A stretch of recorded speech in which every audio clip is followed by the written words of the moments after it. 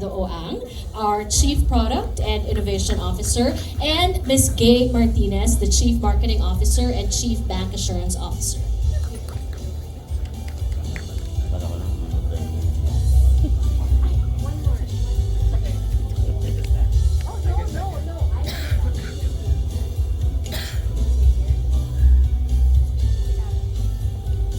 Okay, so I open the floor for questions. So, hi, good afternoon. I'm Marco Luis from the Philippine Star. So, it's mentioned earlier that, from what I can remember, loving is being independent or not relying to other people. So, for my question is, what is the thoughts of in life to the PH index score, to the country's current index score?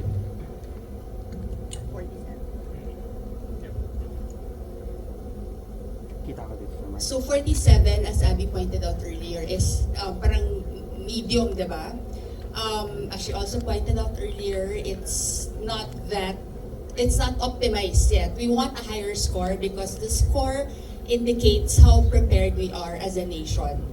So there is still a lot of work to do, which is why we are also appealing to you to help spread the word because that's a collective score of Filipinos. So as we educate them, as we help them, be aware of, as we start and spark conversations that will open up, these dialogues on how important being prepared is in terms of, health preparedness, having the right social and emotional connections, and of course being financially prepared. So that is something we still have to work hard on. We still have to collectively, with you guys as our partners, have to improve on for Filipinos. So really, as part of our journey on this, See in Life really wants to be one of those leaders that helps spread the word.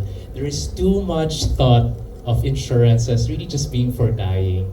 And this is a spin that we want to remind that as part of the insurance industry, in Life here being one of the main players, we have also the capacity to provide solutions that work for the retirement side. And like Ms. Gay said, it's all about talking about it, getting conversations going. When people talk about it, like earlier when this forum started, people are like, we want to retire early. We want to retire with dignity and fun, live out our dreams. And we feel that because a lot of conversations don't just happen from the get-go, people don't really start preparing. And in life, we want to drive more conversations around this, hence all of that, and as well as preparing products that actually work. We have a slew of products besides Retire Assure that really focus on building up savings, and it varies depending on how much risk you want to take in. Do you want to take more risk, less risk? Do you want guarantees? And that full spectrum is something that we endeavor to continually deliver as in life for every Filipino out there. Yeah, I concur. 47 is on the low side, so there's definitely a lot of room to improve the readiness of Filipinos.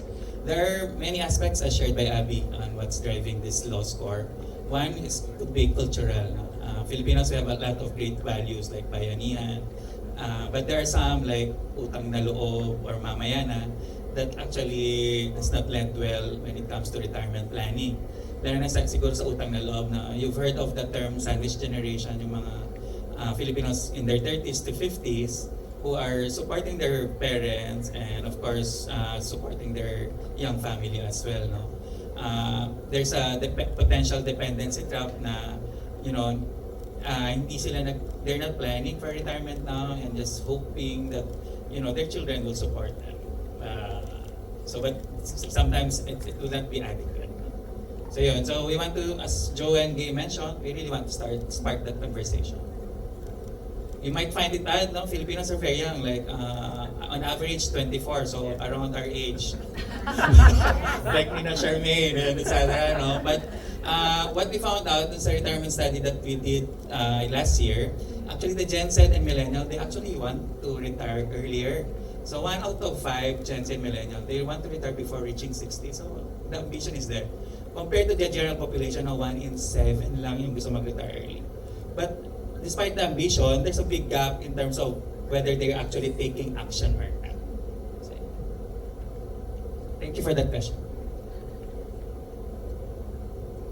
Hi, magandang araw. Von from News 5. What is In Life doing for Filipinos retirement preparedness? And how is In Life elevating the discussion on retirement, especially to younger generations? I mean, not just for Gen Zs and millennials, but for younger generations than them, Gen Alphas and etc. You know, because when we talk about retirement, many are kind of afraid of to discuss it. How is In Life doing to elevate the discussion in terms of retirement? Yeah, thank you for that question. So maybe 3 things from my end. Now, first, in terms of thought leadership, no, last year we commissioned a study, the largest of its kind in the country, no, yung about retirement. Most of the studies you see online are global in nature, no. So here we really have to understand the Filipino behaviors around retirement, and we gained a lot of insights from that study and some alarming facts. Like for instance, less than 30% are confident about yung retirement, yung future nila. But despite that, about only half are actually taking some actions to prepare themselves for retirement. So thought leadership. And now you saw the launch of our Retirement Readiness Index. So you can get a personalized perspective on how ready are you for retirement. Second, I think the solutions. No? You saw Retire Assure. But we have solutions not only for individuals but for companies as well. So we have our comprehensive group plan. This is the only group retirement product in the market. So it's tax qualified. It helps your different companies manage their retirement funds better. And then of course on the individual side, last year you saw Retire Assure 60-65 and now we have Retire Assure 2. So we make insurance solutions accessible to the population. And then lastly, which I'm passionate about, is In Life at Work. In Life at Work is the In Life's workplace and group engagement platform. Our mission